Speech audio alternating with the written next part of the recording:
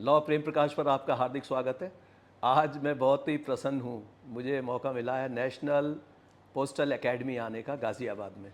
यहाँ मेरे बैचमेट श्री अम्बेश उपमन्यु जी additional director के पद पर हैं और मेरे साथ रहे आरंभ में। हमने जब करियर शुरू किया, मैं एएसपी था आगरा में, असिस्टेंट सुपरिटेंडेंट ऑफ पुलिस, और वहीं पर लकीली मेरे बैचमेट अम्बेश जी एसएसपी होकर आ गए थे, सीनियर सुपरिटेंडेंट ऑफ पोस्ट।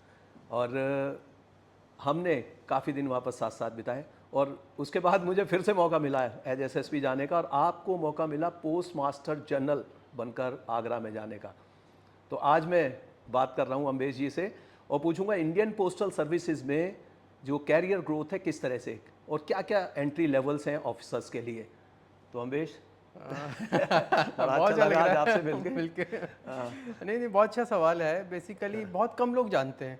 जैसे अभी आपने कहा कि आप एएसपी थे जबकि हम बैचमेट हैं और मैं एसएसपी था, तो हाँ, डेजिग्नेशन किस तरह से अलग होते हैं वो। हाँ, हम लोग जब भी यूपीएससी से आते हैं, सेलेक्ट होकर जब साथ आते हैं, तो सबसे पहली जो पोस्टिंग होती है डिस्ट्रिक्ट में वो एसएसपी की होती है, सीनियर सुपरिटेंडेंट पोस्ट ऑफिसेज की। और आरएमएस में यदि हम बनते हैं अपने अफसर तो एसएसआरएम कहलाते हैं, senior superintendent rail mill service कहलाते हैं।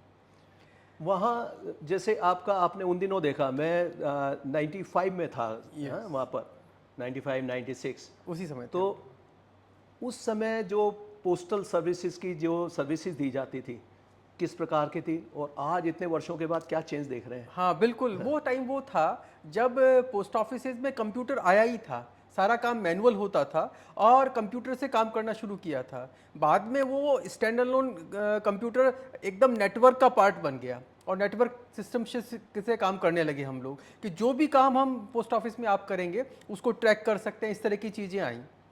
जो अभी पिछले दिनों में डाक विभाग में जो एक चेंजेज आए वो एकदम माइलस्टोन चेंजेज हैं, जिनके बारे में मैं बताऊं आपको। जो सबसे पहला चेंज आया उसमें था कि आधार जो आपका था, आधार का अपडेशन या उसका एनरोलमेंट वो पोस्ट ऑफिसेज के पास आ गया। तो ये एक बहुत बड़ा काम हमारे पास है, जिसमें पूरी जनता के लिए, पूरे देश भर के जो डाकघर है वहाँ पे हमारे पास इस तरह की मशीनें लगी हैं और वहाँ पे लोग अपना आधार अपडेट भी कर सकते हैं और उसका एनरोलमेंट भी होता है। इसी तरह से जो दूसरा काम हमने पोस्ट ऑफिसेज का जो पीपल सेंट्रिक शुरू किया है वो हमारा था पासपोर्ट का। और पासपोर्ट में पोस्ट ऑफिस पासपोर्ट सेवा केंद्र हमने बनाए। वास्तव में क्या है कि पासपोर्ट के ऑफिसेज बहुत कम हैं दुनिया अपने कंट्री के अंदर, और लोगों को काफ़ी दूरी पे जाना पड़ता है।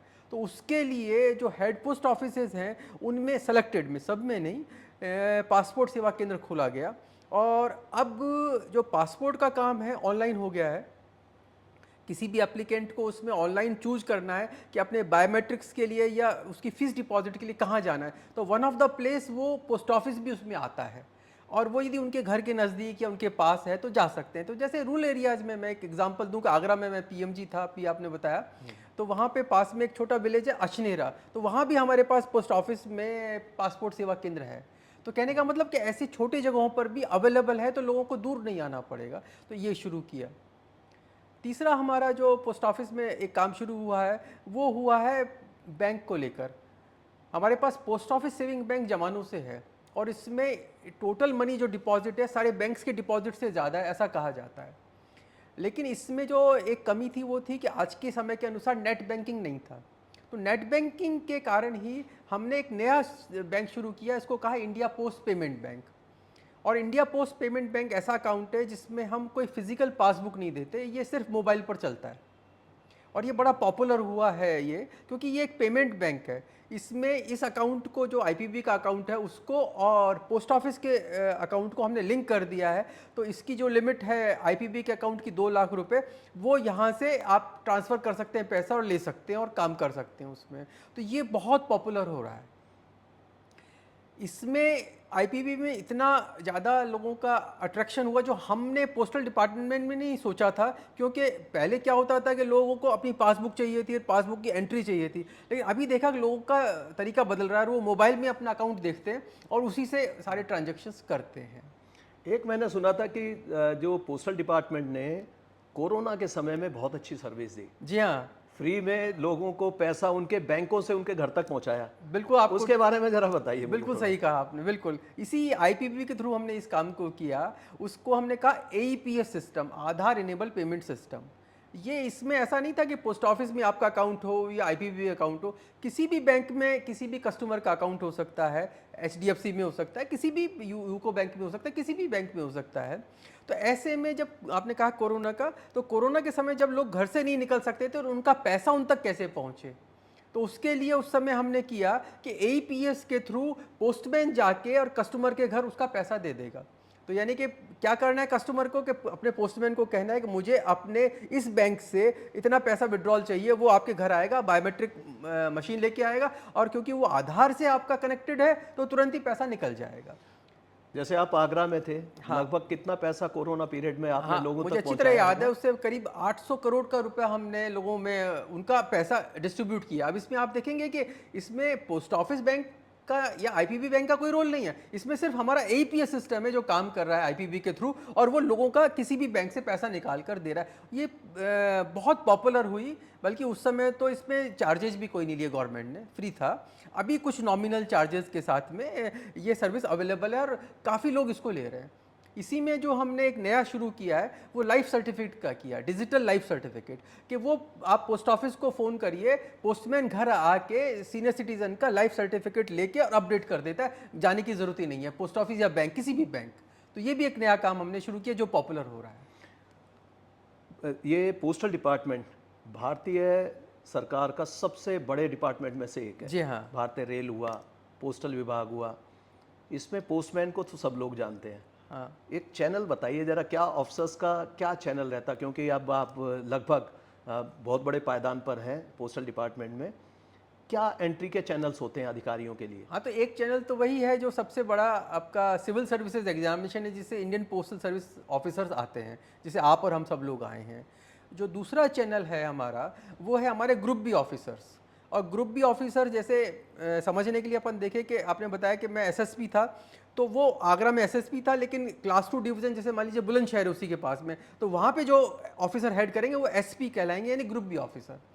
तो जो उन ग्रुप बी ऑफिसर का चैनल होता है वो डिपार्टमेंटल एग्जाम्स के थ्रू आता है। तो मैं इसको नीचे से आपको बताता हूँ कि हमारे पास ग्रामीण डाक सेवक एक तरह से सबसे निचला पद होता है, और ये ग्रामीण डाक सेवक के लिए जो क्वालिफिकेशन है वो 12th क्लास है ब्रांच पोस्ट मास्टर के लिए।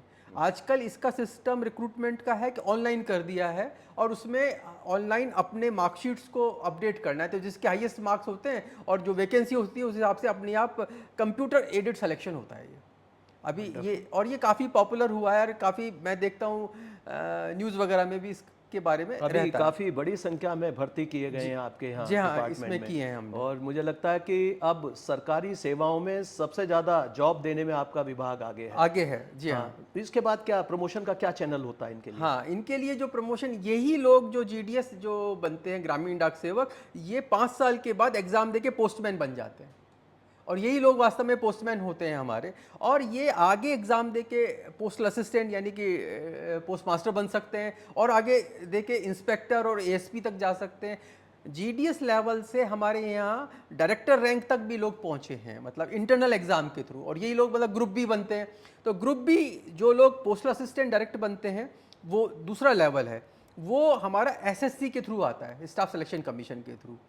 तो वो लोग पोस्ट मास्टर लगते हैं, और वही लोग प्रमोशन से और एग्ज़ाम दे के इंस्पेक्टर और असिस्टेंट सुपरिटेंडेंट पोस्ट बन जाते हैं। वही लोग फिर एग्ज़ाम दे के या प्रमोशन से group B officer, gazetted officer बन जाते हैं, जो सुपरिटेंडेंट बनते हैं डिविजन्स में। तो ये एक पूरा इंटरनल चैनल रहता है। ये अल्मा मैटर है पोस्टल सर्विस के ऑफिसर्स के लिए। जी हाँ। तो नेशनल पोस्टल एकेडमी के बारे में थोड़ा यहाँ का क्या सेटअप है उसके बारे में बताइए, और किस प्रकार के कोर्सेज आप कर रहे हैं? हाँ, ये कंट्री की नेशनल एकेडमी है, अपेक्स इंस्टीट्यूशन है, जहाँ पे हमारे पास ग्रुप बी ऑफिसर्स और आईपीएस ऑफिसर जो क्लास 1 ऑफिसर्स हैं, दोनों की ट्रेनिंग हम लोग करते हैं। जब भी कोई भी ऑफिसर सेलेक्ट होता है यूपीएससी के द्वारा, तो पहले फाउंडेशन कोर्स के लिए मसूरी जाता है, और मसूरी के बाद प्रोफेशनल ट्रेनिंग के लिए इस एकेडमी में आता है। उनका 2 साल का कोर्स रहता है। उसमें 2 साल के कोर्स में उनका क्लासरूम सेशंस होते हैं। क्लासरूम सेशन के साथ में उनके पास उनके फील्ड के ट्रेनिंग के पार्ट रहते हैं। तो उस तरह का फील्ड ट्रेनिंग या क्लासरूम सेशन ये चलते रहते हैं उनके। इसी तरह से जो ग्रुप बी ऑफिसर्स होते हैं जिनका सिलेक्शन एग्ज़ाम के थ्रू हुआ, इंटरनल एग्ज़ाम डिपार्टमेंटल होते हैं ये, तो जब वो सेलेक्ट होके आते हैं या प्रमोशन से भी आते हैं तो उन लोगों की यहाँ ट्रेनिंग होती है और उसमें वो उनका करीब 4 वीक्स का ट्रेनिंग होता है, 1 महीने का ट्रेनिंग होता है, और वो यहाँ किया जाता है। इसके अलावा इन दिनों में हम लोग एक बहुत अच्छा काम कर रहे हैं, उसमें हम कर रहे हैं कि ई लर्निंग के ऊपर काफ़ी जोर दे रहे हैं।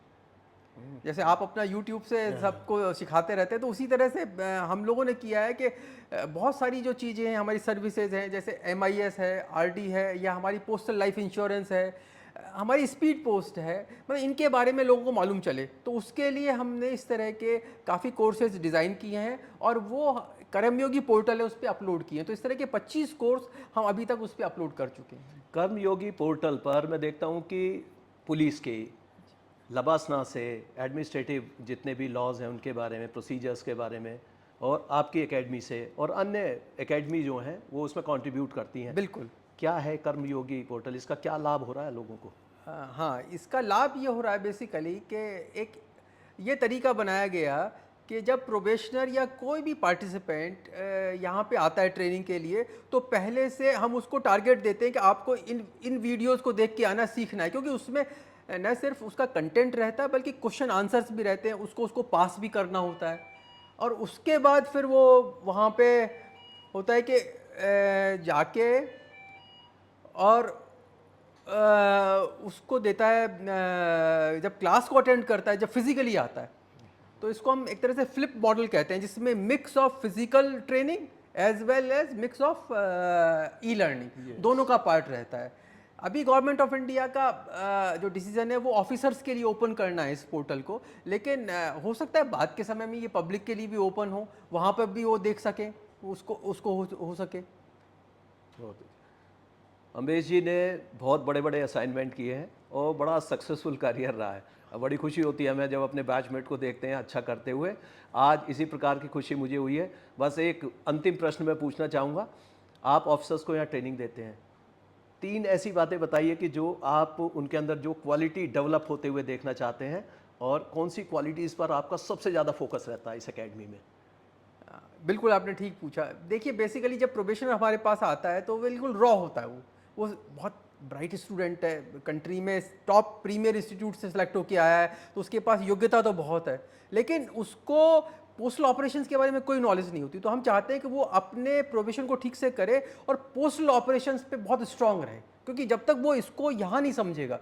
इनफैक्ट हमने आजकल अपनी ट्रेनिंग में उनको PTCs में हम भेजते हैं, पहले नहीं भेजते थे, और वहाँ जाके जैसे रजिस्ट्री कैसे बुक करनी है, तो मतलब पोस्टमास्टर कैसे करेगा, या स्पीड पोस्ट कैसे करना है, मतलब वो तक के ऑपरेशंस उनसे हम सिखाते हैं। तो मतलब पोस्टल ऑपरेशंस में उसको स्ट्रांग होना है पहला।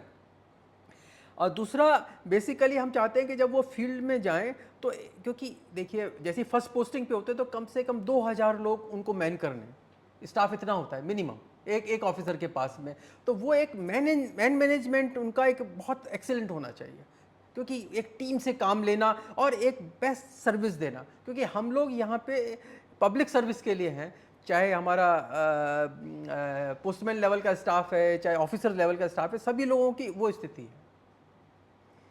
तो वो दूसरा हम चाहते हैं कि उनसे वो उनको एक अच्छा मैन मैनेजमेंट दें, एक प्रोफेशनल अपना पोस्टल ऑपरेशंस को अच्छे से समझें, और तीसरा उनकी अपनी स्वयं की जो स्वच्छता है, जो शुचिता है, उसके ऊपर वो पूरा जोर दें, तभी वो दूसरों से अच्छा काम ले सकते हैं। तो ये एक तरह से हम लोग चाहते हैं कि हमारे जो प्रोबेशनर्स हैं, और हम पूरी कोशिश करते हैं, उनके काफ़ी टेस्ट भी यहाँ पे लेते हैं। आपको जान के आश्चर्य होगा कि वो UPSC पास करके आके यहाँ पे हमारे यहाँ जो ट्रेन होता है, उसके बाद हम एग्ज़ाम लेते हैं तो उसके मार्क्स भी उसकी रैंकिंग को ऊपर नीचे करते हैं, इतना ज़्यादा उसका प्रभाव रहता है। तो इससे उनकी यहाँ पर सीरियसनेस काफ़ी बढ़ जाती है इन कोर्सेज के प्रति। जी हाँ। चलिए, आज अमरीश जी से मिलकर मुझे बड़ी प्रसन्नता हुई है, और जो बहुत सारी चीज़ें इसमें मुझे भी नहीं पता थी, हालांकि हम पब्लिक लाइफ में रहते हैं, लेकिन ऐसी ऐसी बातें जो पोस्टल विभाग से जुड़ी हुई हैं। देखिए, डाकिया को बचपन से देखते थे, खुशियों का संदेश लेकर आना, मनी ऑर्डर लेकर आना, तमाम तरह की सुविधाएं, लेकिन आजकल जैसे ये डिपार्टमेंट नए तरीके से इवॉल्व हो रहा है, ई लर्निंग, नए नए जो सिलेक्शंस हो रहे हैं, नए बच्चे इसमें आ रहे हैं, हाईली एजुकेटेड लोग इसमें आ रहे हैं, और ये जो सेवाएं हैं वो सभी जनता के लिए इस प्रकार की सेवाएं हैं जो बेसिक नीड्स हैं। और मैं धन्यवाद देना चाहूँगा अपने मित्र अमरेश जी को कि आज उन्होंने समय निकाला और इससे बहुत सारे हमारे जो ऑडियंस है वो इससे लाभान्वित होगा। Thank you so much. Keep watching law Prem Prakash. Thank you very much. जय हिंद।